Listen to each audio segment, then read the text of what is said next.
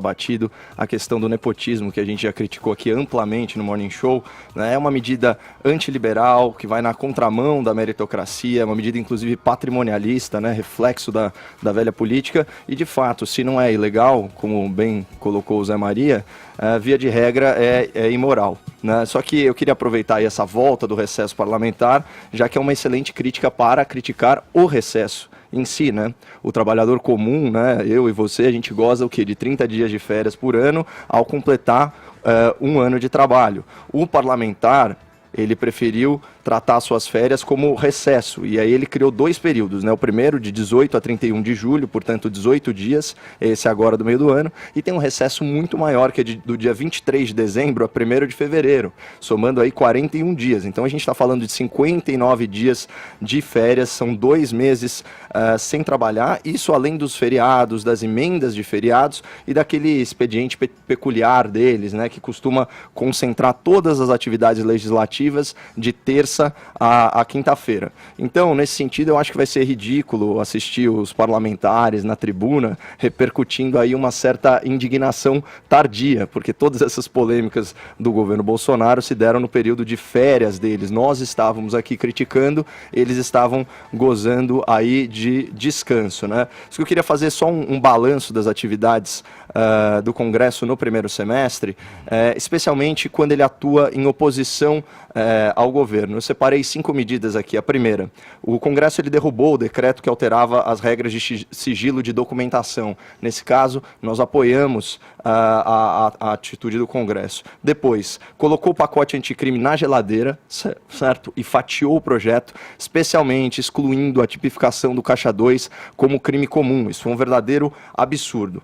Na sequência, ele criou um decreto legislativo que anulou os decretos presidenciais sobre flexibilização do porte de armas. Na sequência, alterou a MP, né, da reforma ministerial ou administrativa, inclusive retirando o COAF do Ministério da Justiça e alocando de volta no Ministério da Economia. E, finalmente, desengavetou aquela PEC do orçamento impositivo, que engessou a capacidade de investimento do governo, obrigando o pagamento de emendas parlamentares de bancada, certo? Então, o que a gente pode extrair dessas atitudes, né? Esse é o Congresso mais independente da história recente, porque ele não tem, com a presidência da República, ele não tem vínculos financeiros, como era, por exemplo, o mensalão, e ele não tem vínculos fisiológicos, como era a ocupação de cargos no Executivo e o loteamento de ministérios para caciques dos diferentes partidos. Então, o fim do toma lá da cá, olha como é importante isso. O fim do toma lá da cá, ele reestabeleceu o equilíbrio entre os poderes,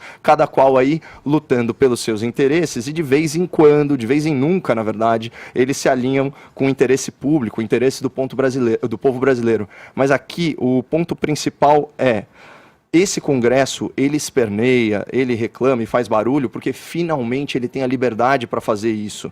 Então, assim, em bom português, esse Congresso não está comprado pela presidência da República.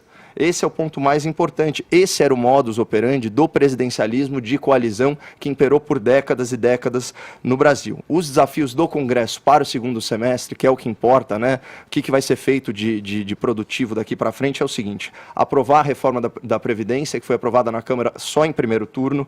Depois, aprovar uma PEC paralela da reforma da Previdência por iniciativa do Senado, incluindo estados e municípios na reforma. Foi um absurdo tirarem isso do primeiro texto. Finalmente, aprovar a MP da Liberdade. Recomendo ao ouvinte que prestem atenção ao relatório, ao trabalho excelente do deputado Jerônimo Gorgen. Isso vai desburocratizar, vai melhorar muito o ambiente de negócios no Brasil. Depois, consolidar os diferentes projetos e aprovar uma reforma tributária. Isso daí é fundamental. Aprovar o pacote anticrime, claro, e legislações na reforma penal.